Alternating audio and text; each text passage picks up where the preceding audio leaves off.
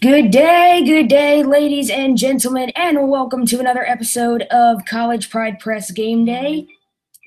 I am your host, Noah Hawley. However, I am not joined alongside by my chief analyst, Sean Bach, tonight. Sean is unavailable tonight, so I have brought in Chris Walls back to help me, as well as guest analysts Trip Hanley and Drew Denhout. Welcome back, Chris. We'll have you and everybody introduce themselves in a minute. So for tonight's podcast, we will be recapping some of the major preseason tournaments we discussed in the last episode and previewing an absolutely colossal weekend in college hoops. As always, be sure to subscribe to us on iTunes and follow at CPP Gameday on Twitter. All right, so let's get into the introductions. In case we have any new listeners, I'll start with myself. My name is Noah Hawley. I am a 14-year-old intern for collegepridepress.com. I cover bracketology and the University of Virginia for the site, and I'm the proud host of this podcast. All right, Chris, why don't you go ahead and introduce yourself?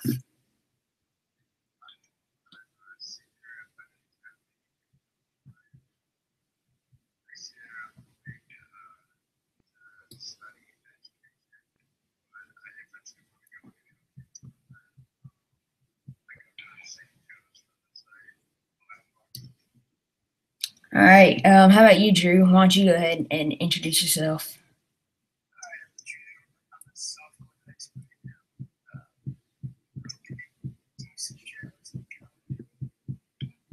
All right, Trip, how about you?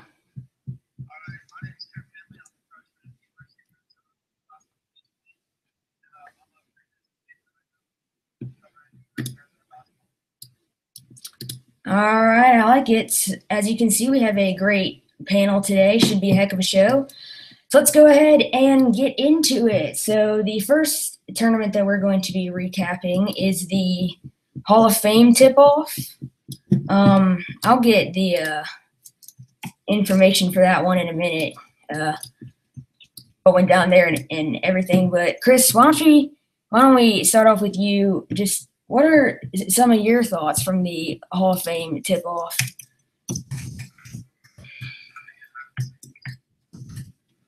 Yeah, in Rhode Island.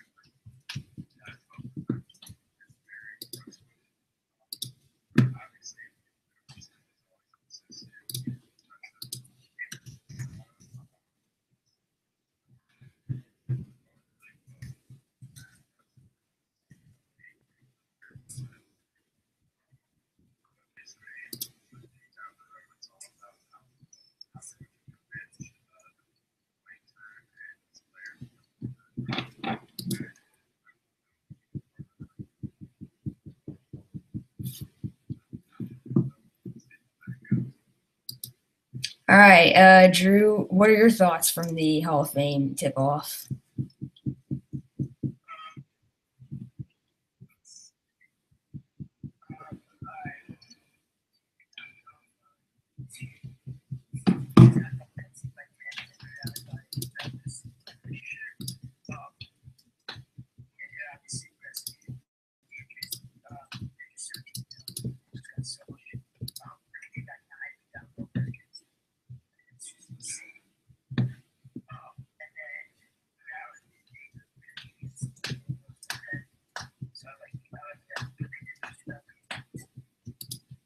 All right, what about you, Trip?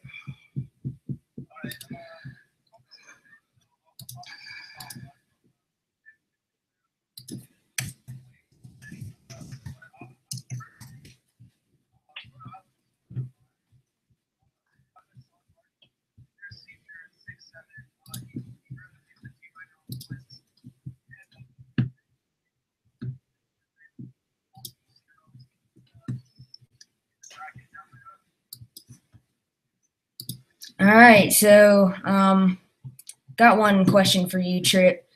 How good do you think Rhode Island can be this year? I know they're coming off a loss to Valparaiso, but pretty impressive showing against Duke.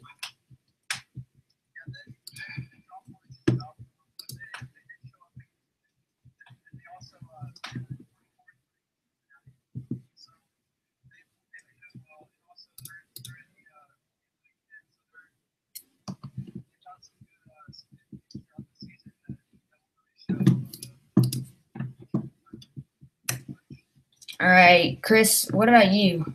What are your thoughts on Rhode Island this year?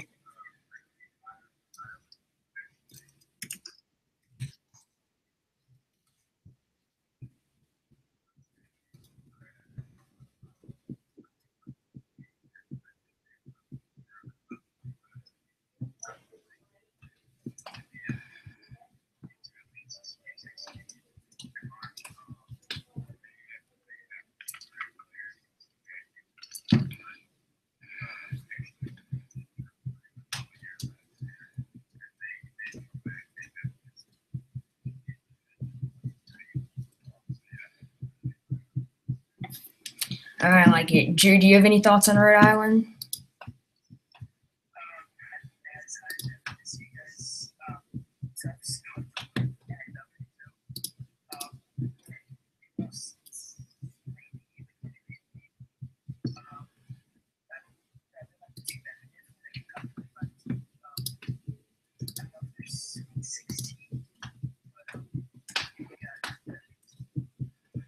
All right, I like it, guys. So we're going to move on to another tournament that we talked about in the past episode. How about the Maui Invitational? Always a good one. UNC ending up defeating Wisconsin in the finals of that one. Chris, let's start with you. What were your thoughts on the Maui Invitational wrapped up this past week?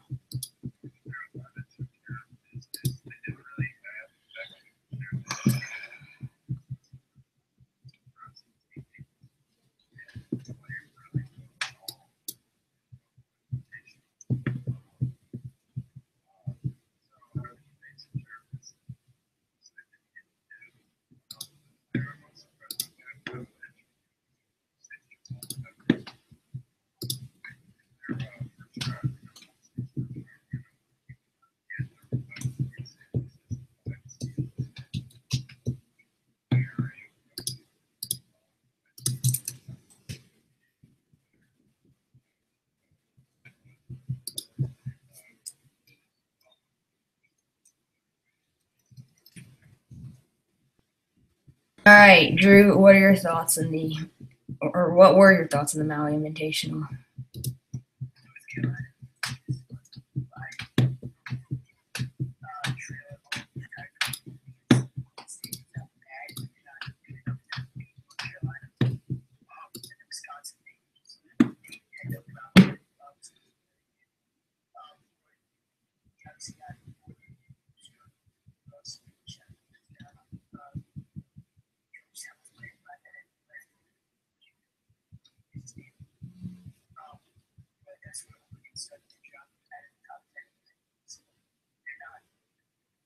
All right, what about you, Trip?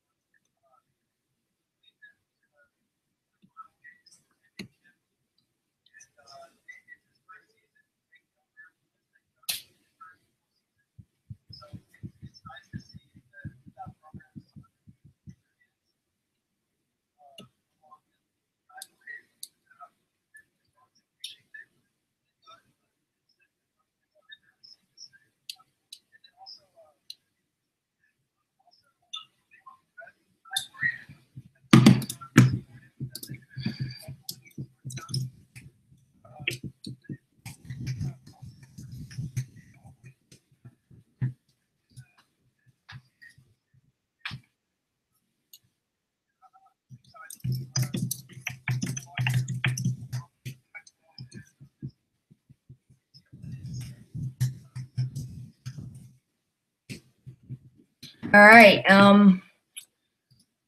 So let's move on to the recapping the Wooden Legacy tournament. This was the one tournament that I don't believe we talked about in the past episode. So, Chris, what are your thoughts on that one? I went down there.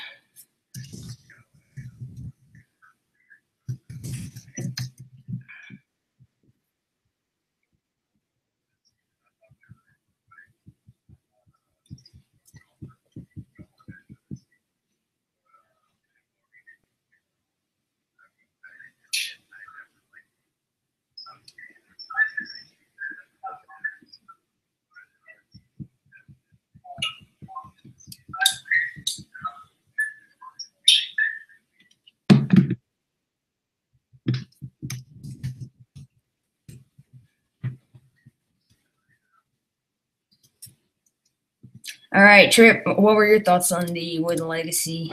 UCLA ending up winning that.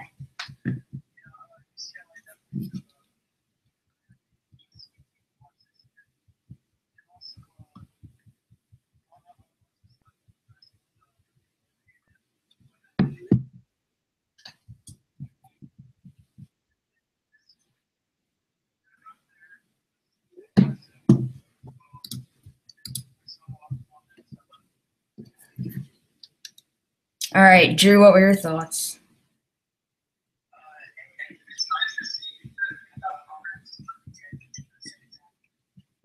care of business against Cal State, so I could have been in the first round. But then we lost by 7 to UCLA. UCLA is just offense and defense. I just don't know if I'm going to take it. All right, so I like it, guys. We're going to move on to the Battle for Atlantis. Let's start with you, Trip. What were your thoughts on the Battle for Atlantis? That was a heck of a tournament. Baylor coming back. That was crazy. The story of this tournament is definitely Baylor. It's crazy how they went at the beginning of the season. A lot of people wrote them off because they didn't really have a true point guard. But the Columns, I think his name is. And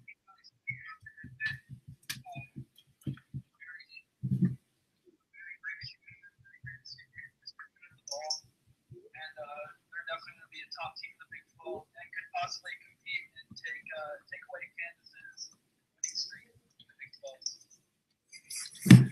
All right, Drew, what about you? What were your thoughts? Baylor's comeback was unbelievable. Baylor was 20, and they go 10 notes. They went down by 20 and came back on by 3 notes. Unbelievable. Michigan State, they didn't look too good. They beat St. John's by 11. St. John's beat Illinois State the other night. And they lost by 15 to Baylor. Yeah, they went to Wichita State. They beat LSU. All right, Drew, I got a quick question to you. Chris, I'll get to you in a second. How good do you think Baylor can be? We talked about this some on the last podcast. I mean, we didn't really expect a ton from them this season, but they had built up one of the most impressive resumes in the country. Just how good do you think Baylor can be? Not good enough to win the Big 12. Kansas is just too dominant. But Baylor does have the best name in the nation right now. Indiana's behind them, not by too much. But yeah, Baylor's really good. How far they will take them. They've got wins over very good teams, so that can take them to the Sweet 16 easily. It's a little too early to tell. I want to see them play in the Big 12. All right, Trip, I'm going to ask the same question to you. How good do you think Baylor can end up being? Baylor has so much potential right now. What they need to focus on is just beating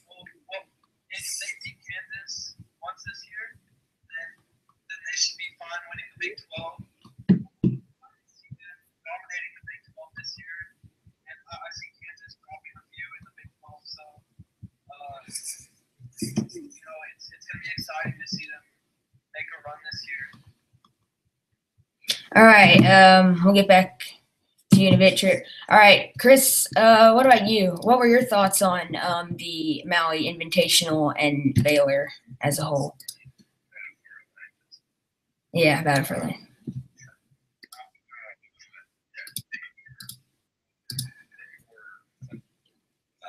They probably had the first path to the championship that they still want. They beat ECU, which they'll probably be a top last team at the end of the season, I'm guessing, and they're right up there at the anytime good for Rhode Island. So that just doesn't about them. And then they beat MSU by 15 easily, and then obviously they're going to come back against Louisville. But honestly, what I'm most impressed with, or I'm most impressed with, is Jonathan Motley. He had 18. He averaged 18 points a game and 7 rebounds per game. And he stuck with Manu Petrante didn't have great games. Motley was always really well. And he's very good. And I don't think by March, no one can one player. Yeah, this is something I wrote about earlier this week in our weekly awards column.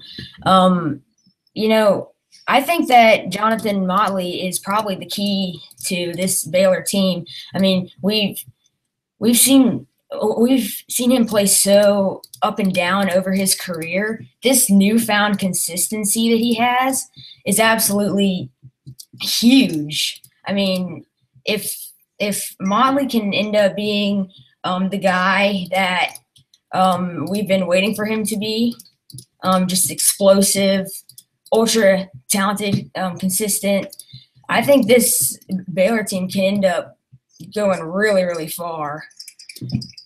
All right, so we're going to move on to the next segment. We're going to be so before we get into our game previews, we're going to have everyone talk about their underrated game to watch of the week. This is something that we did in our week 1 CPP Gameday show.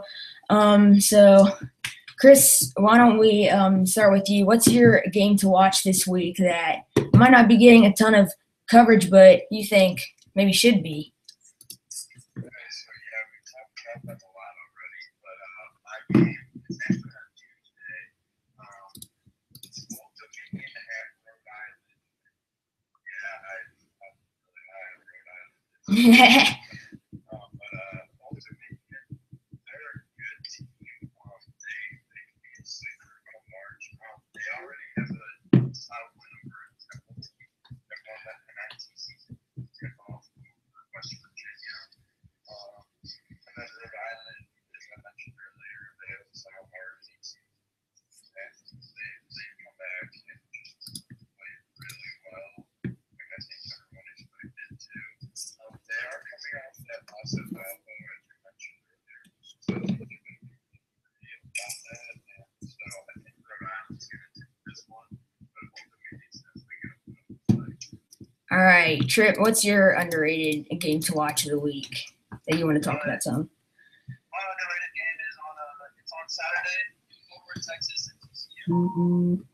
TCU's a team that's spent the last 3 to 4 years rebuilding, trying to make their basketball program relevant in the Big 12. So they actually opened up a new stadium last year. New coach Jamie Dixon this year from Pittsburgh. They just beat Washington back to back and won the Global Sports Classic in the process. And there's Arkansas State has also started the game for start their season 7-1.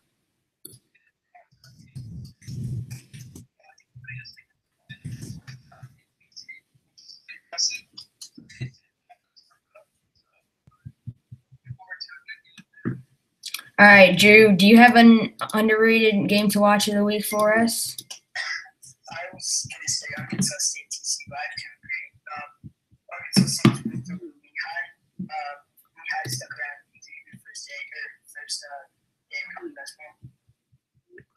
Chattanooga by 6. Chattanooga's supposed to be one of the best majors. They lost by 48.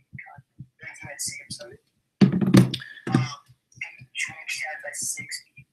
Army by 3. Army 7. Oregon. They've got the 17 state play undefeated TCU. TCU beat Washington twice this year, so that should be a very good game. Obviously, Arkansas State win that. But I actually think they will win. I'm going to go with Arkansas State now. All right, so let's get to what we've all been waiting for, our game previews.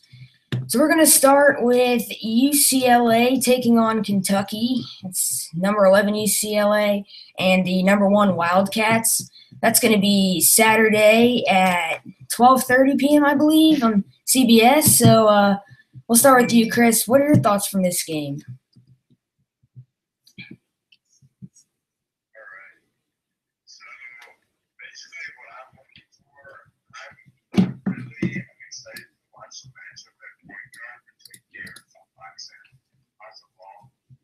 Definitely the two top freshman point guards in the country. It's going to be a great matchup. Both scorers do everything. I just think UCLA, they've started off really well. TJ Lees has also been playing well. The other great freshman UCLA is. UA's been running up and down, scoring a lot of points. But I just think Kentucky is like they have guys injured. They just have another 5-star down low there. Like they just keep going. So I think Kentucky is just tricky for this UCLA team to handle. And I'm looking at KenPom right now, and Kentucky is fifth in the country in offensive efficiency and third in defensive. And it's hard to beat a team that is so good at both ends of the court. And so I think UCLA will be able to stay in it for a while, but at the end, Kentucky's going to pull away, and I have Kentucky winning by 12. All right, I like that. Trip, what are your thoughts from this game? 2 unbeatens. My prediction actually goes the other way. I have UCLA winning by 8 to 10 points. They've got Wow.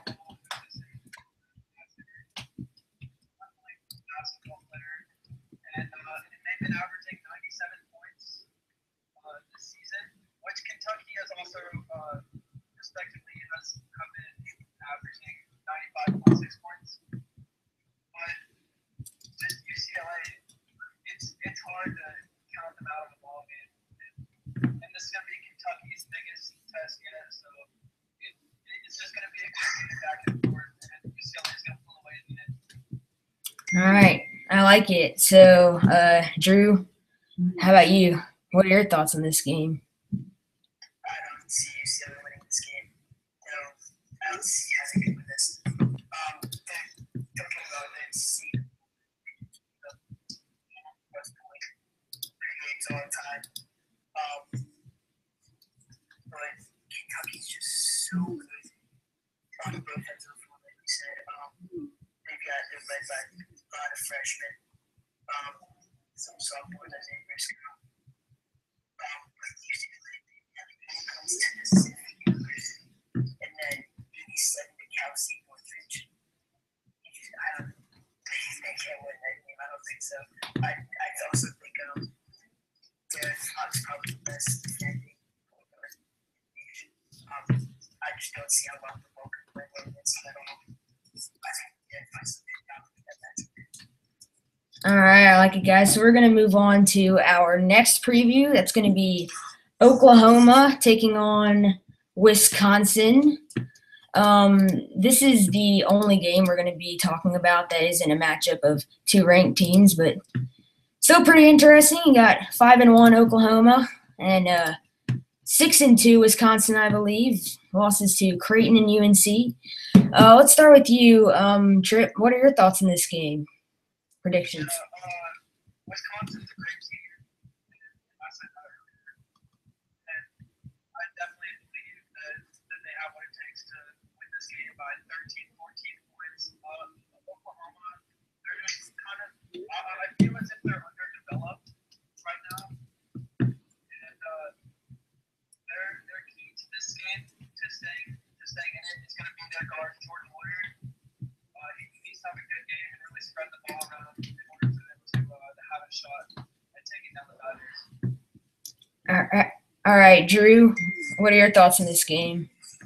I thought Wisconsin. I don't think Oklahoma can really win this game.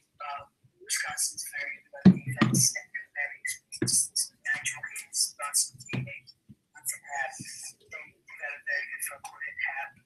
And he's a ton of leadership with Wisconsin Gaming.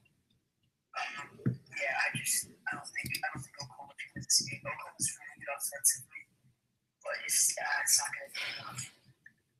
All right, Chris, what are your thoughts on this game? I'm just like Drew.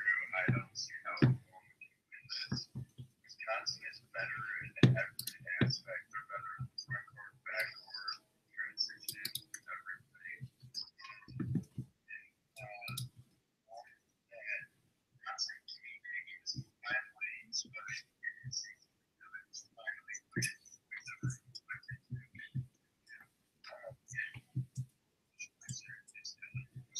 Syracuse the other night in 20, and 6 of those, or 18 of those were about 66% from downtown, which is unreal, and half at 24 that game. Wisconsin just has to when the A's have, and also Rice. Freshman, he comes off the bench and just does everything for a great guard. He makes some special plays and also shoots just like a Wisconsin guard can. Wisconsin's just too good in every aspect of the game. And I think they'll win by 20 plus. Sounds like you're pretty high on Wisconsin. How far do you see them going this year? Any thoughts on that?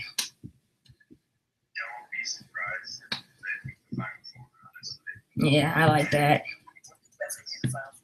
Especially with getting going, it's always a good leader and have a good win. Honestly, in my opinion, 65% from the floor. So, I think Wisconsin will be like 14. All right, what about you, Trip? Do you have any thoughts on how far you think Wisconsin could go?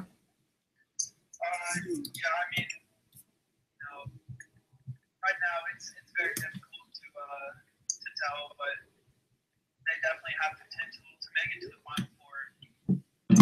They definitely got a long season ahead of them in the Big Ten, so we'll have to wait and see how the conference play goes. All right, so we're going to get to our next preview. That's going to be Xavier taking on Baylor. I'll get the time and TV information in a second. But, Trip, why don't we get back to you? What are your thoughts on Xavier traveling to Baylor this weekend? Red hot Baylor. I'm all Baylor this year. They definitely have what it takes to push deep in the tournament. And playing at home against Xavier shouldn't be a problem. Although Xavier is a very good team, and they definitely stepped it up from last year. I don't see them hanging close to Baylor at all. Mm-hmm. All right, Drew, what are your thoughts on this game?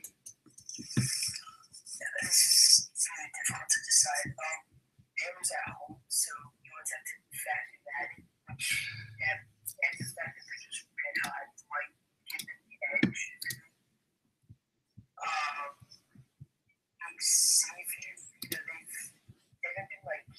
a little consistent. They had to go to overtime against Missouri, and Missouri is always bottom of the SEC last few years. I think Clemson by 6. Clemson is good, but you should probably, as a top 10 team, you should probably be beating them by a little more. Northern Iowa beat by 8. Again, same thing. You should probably be beating them by a little more if you can understand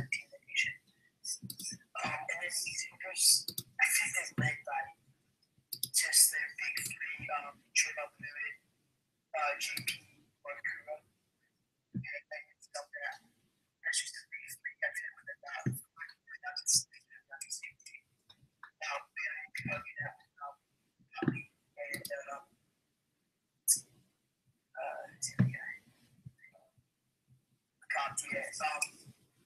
I'm going to have to give this one a Baylor by a very small margin. All right. What about you, Chris? Yeah, Xavier is one of these teams that's really underperformed. They're obviously lucky to be undefeated right now. Xavier opening game against Lehigh by 3, which is not impressive at all. And Baylor interest has been the exact opposite. I think they've exceeded everyone's expectations. They're really well. The only player that's really shown up for Xavier has been Jake Kuro. Everyone else is kind of like they just slept off into the season. Especially Fluent. I mean, he's pretty much done nothing. Summers has big games. I hate saying this because he went to my high school. Xavier doesn't really have front court. Sean O'Mara doesn't really do much. Yeah. He's kind of undersized for a big man too, at only 6'9". Yeah, I hate saying that because he went to my high school, but you have to because it's true.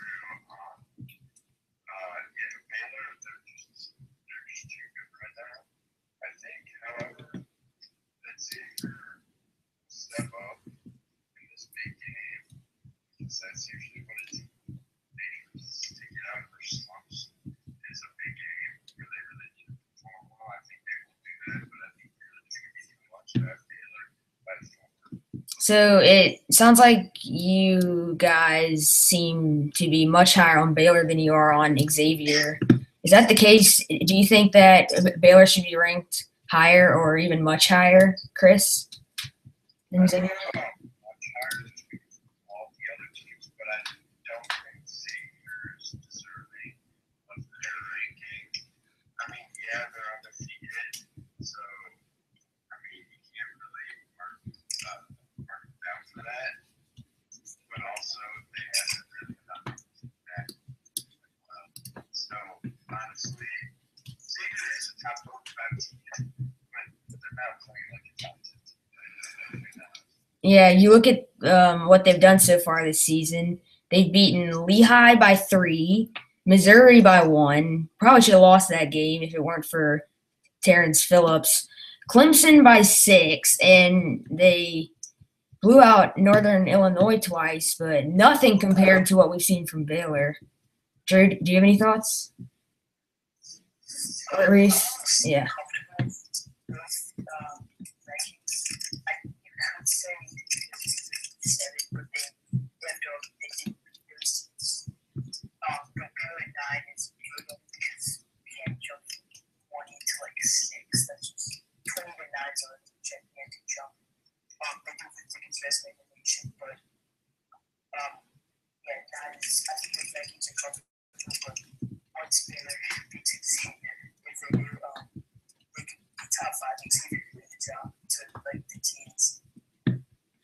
All right. I'm going to ask the same thing to you, Trip.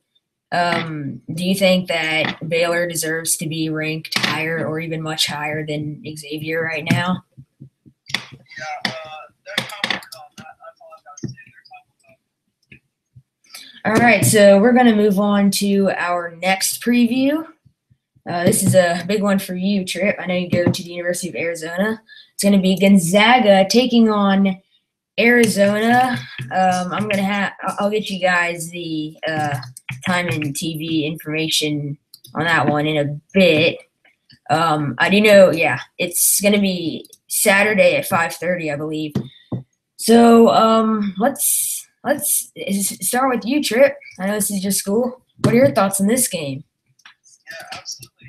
This game is going to be played at the Staples Center in LA, so it's going to be a neutral court. Last 3 meetings. They won once last year and then twice the year before they met in the tournament. And so yeah, it's going to be at the Staples Center against Texas. And Gonzaga's undefeated. Has had a couple of close games against impressive Florida and Iowa State teams. So they've been doing very well this year. It's turning out to be a great game. Players to watch for Arizona. The big one is Laurie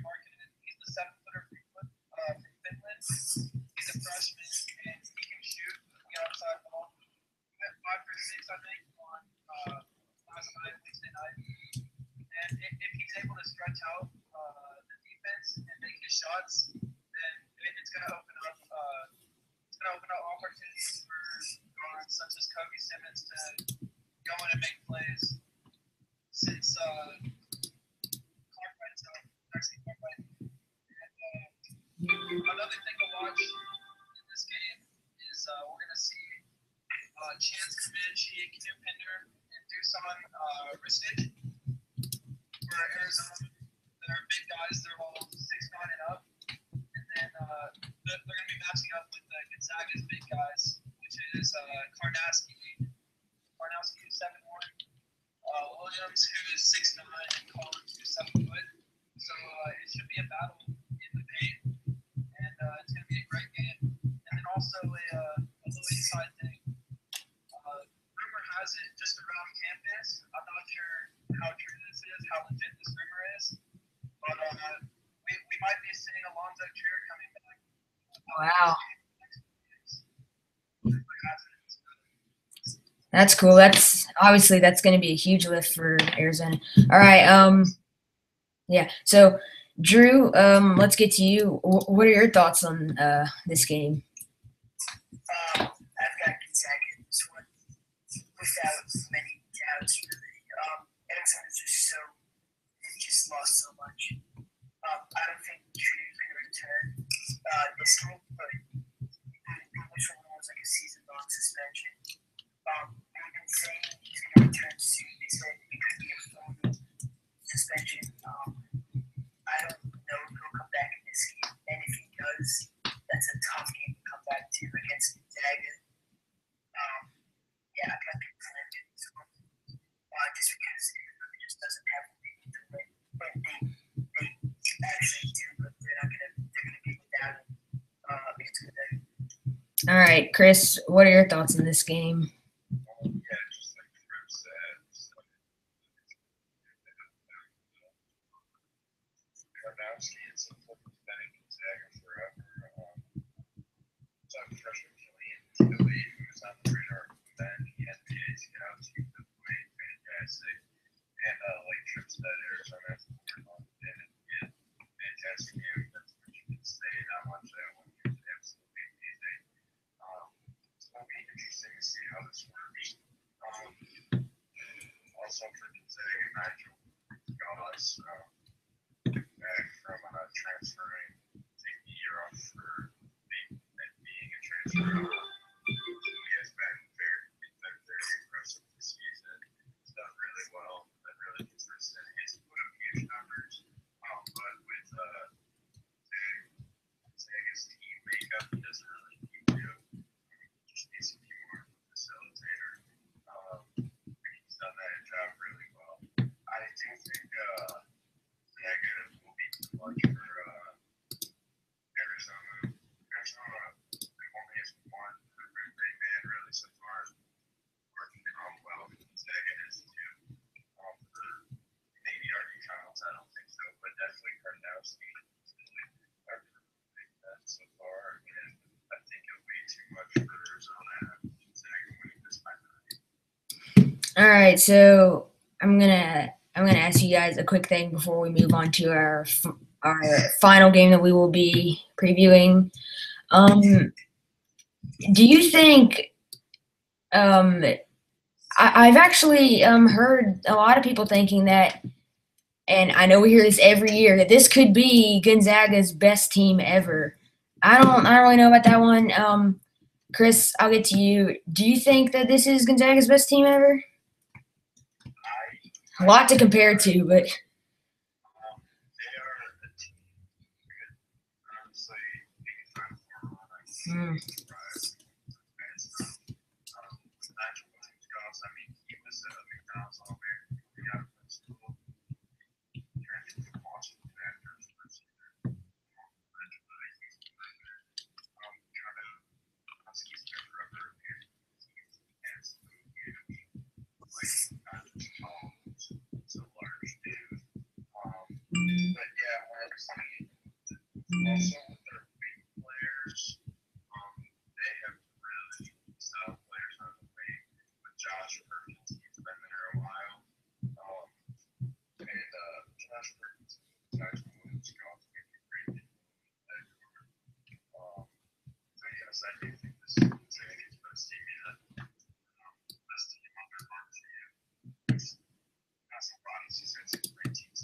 Gonzaga is consistently a top 25 team. So I do think Gonzaga can make it to the Final Four. I wouldn't be surprised. Yeah, and Gonzaga just waiting to break that glass ceiling and finally just beat that team. I mean, it's been, how many years now we've been saying that this is a Final Four team.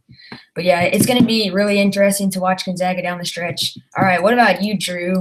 Do you think this is Gonzaga's best team yet, under few at least?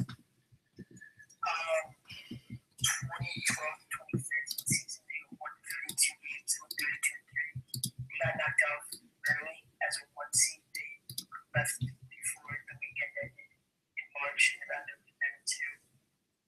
I do think they can go further than that. Than the round of 32. We also got 2 years ago, 2015. They went to the Olympic with 13. That team might be a little better than this year. Yeah. But this is he definitely could take up to the early game without that. All right. Sorry. What about you, Trip? Do you think that this could be Gonzaga's best team yet?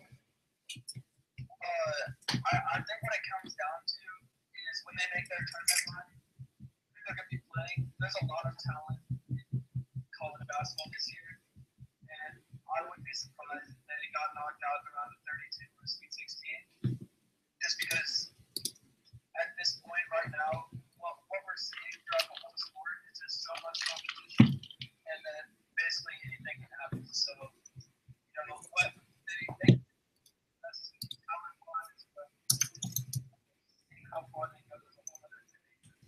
Other teams being confident. All right, so it is now time to move on to the final game that we are going to be discussing in tonight's CPP Game Day. That is going to be West Virginia taking on my Virginia Cavaliers. I don't even know how I'm ever going to recover from last night's game against Ohio State. I don't know if you guys saw that one or not, but that was unbelievable. Virginia down by 12 at halftime and stormed back. Kind of an up and down game throughout the second half. So, yeah, they're going to host West Virginia on Saturday at noon. That's going to be their toughest test yet. Chris, we'll start with you. What are your thoughts on West Virginia taking on Virginia? So, I'm going to keep it short and sweet. West Virginia's going to surprise a lot of people. Huh. Their press is just so tenacious. They get after it. Last year they caused the second most turnovers in college basketball, and they start off doing the same this year. I know Virginia has Perez can handle that press, but honestly, I don't think Virginia has the scoring power to keep up with West Virginia. So yeah, West Virginia wins that game. Chris, I got to ask you a quick question. So would you take press Virginia or Virginia's back line, two unbelievable defenses? Which one are you more high on? Well, that's something. It's basically what type of defense you prefer to play. Yeah.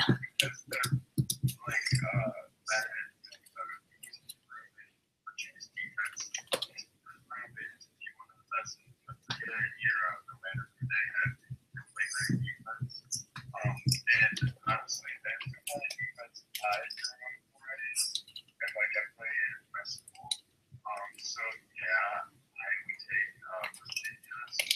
But when it comes to college turnovers, West Virginia needs a bigger game, and I don't think that Virginia needs the scoring power to just keep up with them. Because while Virginia is great on defense, they never really had great scores. I mean, I know they had that Brown guy, who's fantastic, but I just don't think that.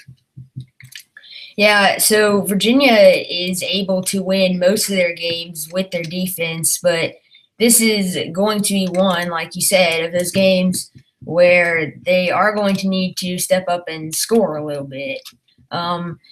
So really the key to Virginia's putting points on the board has to be London Parentes. So as we saw in last night's game, Prentice in that first half played so poorly. He just wasn't being assertive enough, and he wasn't playing like it was his team. But he came out in the second half and started to play like it was his team, and that's why Virginia won that game.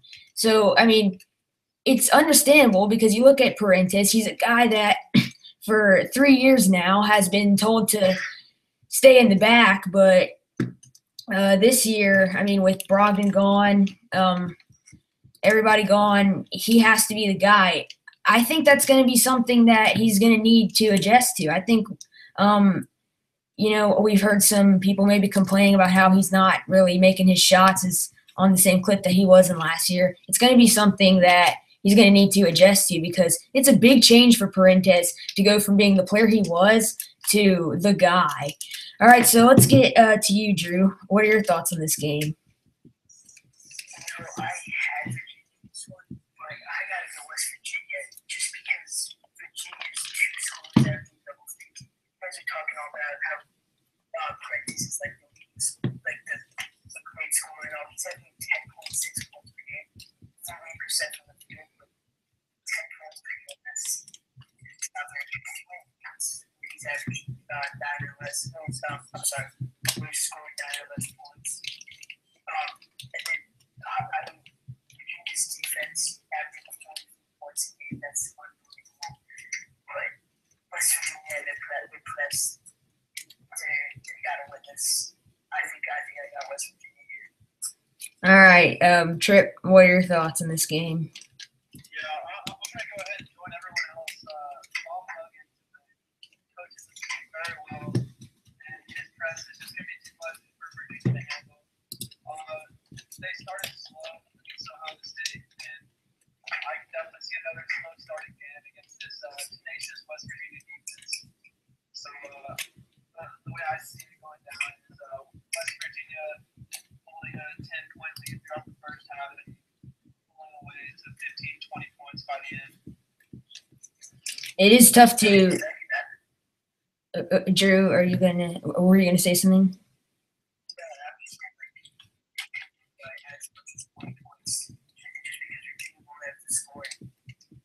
Although you will have to remember, though, that it is so hard to pull away against this Virginia team. I mean, it honestly, and Virginia is one of those teams, too, that if they're behind, they always have a chance to get back in. I believe because their defense is so good and they can turn around and it has the ability to turn around a game so quick. I'm never trusting, or I've never gotten too worried with Virginia being down by that much and also I don't think you guys are giving this offense enough credit. Yes, it's not one of the best offenses in the country, but it's up there in one of the more balanced offense in the country, I believe. And I mean, balance is what you need against a West Virginia team that is primary goal is to knock you off balance. So I personally would take Virginia here. I might be biased. I believe it is going to be close, but it could go both ways. I think this is really a 50-50 game. Like I said, who are you going to take? Press Virginia or their pack line defense? Could go both ways. But I got yeah, they are very tough to be at home. All right, so I just have one quick question for you guys here. Unrelated to this game, I know it's kind of tough because West Virginia presents such a challenge beyond, just a normal game. But how far do you see Virginia going? I mean, obviously they lost Austin Nichols, but and obviously they don't have a great offense, especially not down low. you don't really love what they have scoring wise without Nichols. I'm just gonna ask you, how high do you have Virginia going this season, Chris? Honestly, like Gonzaga, they're a team that can make the Final Four with defense, and everyone always says defense is and now that's mostly a problem. But that also goes to basketball as well. It's way better to hold your opponent to less points than to try to outscore your opponent. You're almost scared. A lot of people try to do that. And Virginia does a great job with their defense. I mean, they carry some every year. I think that was this year. I think Red Tats is going to step up. You gotta have a big year. They're going to do it. Yeah, very, very true.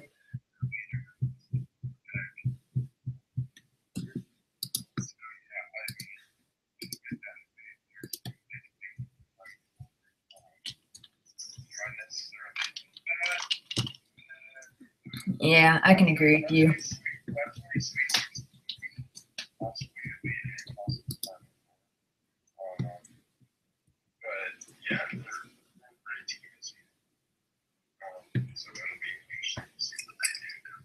Yeah, I was looking at this team as more of a top 5 as at best team with Nichols. Now, in complete honesty, I'm looking at this team more as like a top 10 or top 15 team at best, because I mean that's a huge loss for them for Nichols, because it's going to mean that Parentes has to take that much more on as the main scorer. So I'm going to get to you, Drew. How far do you see Virginia going this year? I want to see them play in the ACC, see how their defense handles that. But they hold Providence and Iowa to under 52 points both. Iowa only put up 41. They'll probably see a team like that in the second round of the NCAA tournament. Just because those are like gold-ish teams, that'll be like high seeds. So that could definitely take the Sweet 16 right there. I think they would do that. Final Four is a little bit of a stretch. They're a completely different team than Nichols. Honestly, that is such a big blow to the team. That changes my view on the team. Honestly, changes my view on the ACC. It's that big guy down below. He's supposed to just be outstanding. I don't know about a completely different team. I don't think Virginia's ever going to be a completely different team, to be honest. All right, let's get to you, Trip. How far do you see Virginia going? Farthest I see them going is the Sweet 16. They're definitely going to be playing a lot of close games this year, and I think that most likely, but in the tournament, it's going to be a different story, and I can't see them pushing too deep. Yeah, you look at Virginia. I saw an article on ESPN that said they had the toughest schedule in the country, according to ESPN's BPI, I believe. So that's going to do it for our previews. But I'm just going to run through you guys and ask for your final thoughts on the week ahead, just to kind of close out our show. Chris, let's start with you. Just overall, cap it off.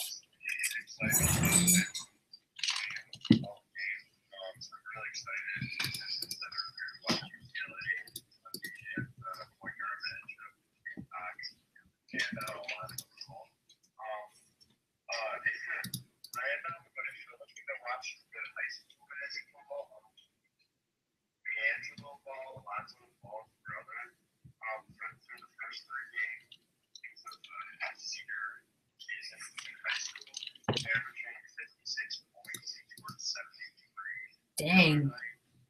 So yeah, if you're looking for a high score in high school basketball, watch. I just wanted to say that.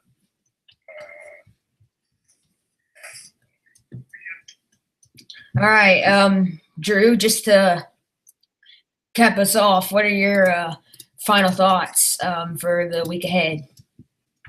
Alright, Saturday, 4 ranked games. That's awesome. And they're pretty much back to back, 12:30, 2 o'clock, 3:30. There'll be a little overlap there. And then 5:30, and then it's over. But this next week coming up isn't too good.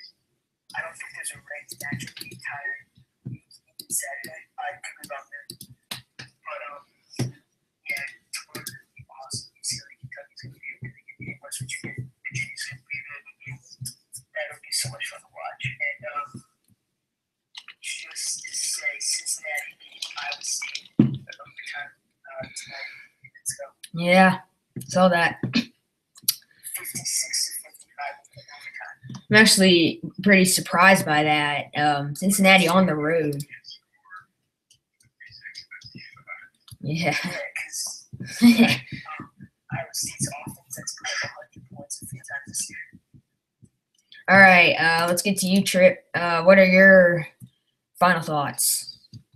I'm extremely excited for this weekend in college basketball. There's just going to be so many good games to watch. It's going to be hard to turn on the TV and find when you can't find a game that's going to be good to watch.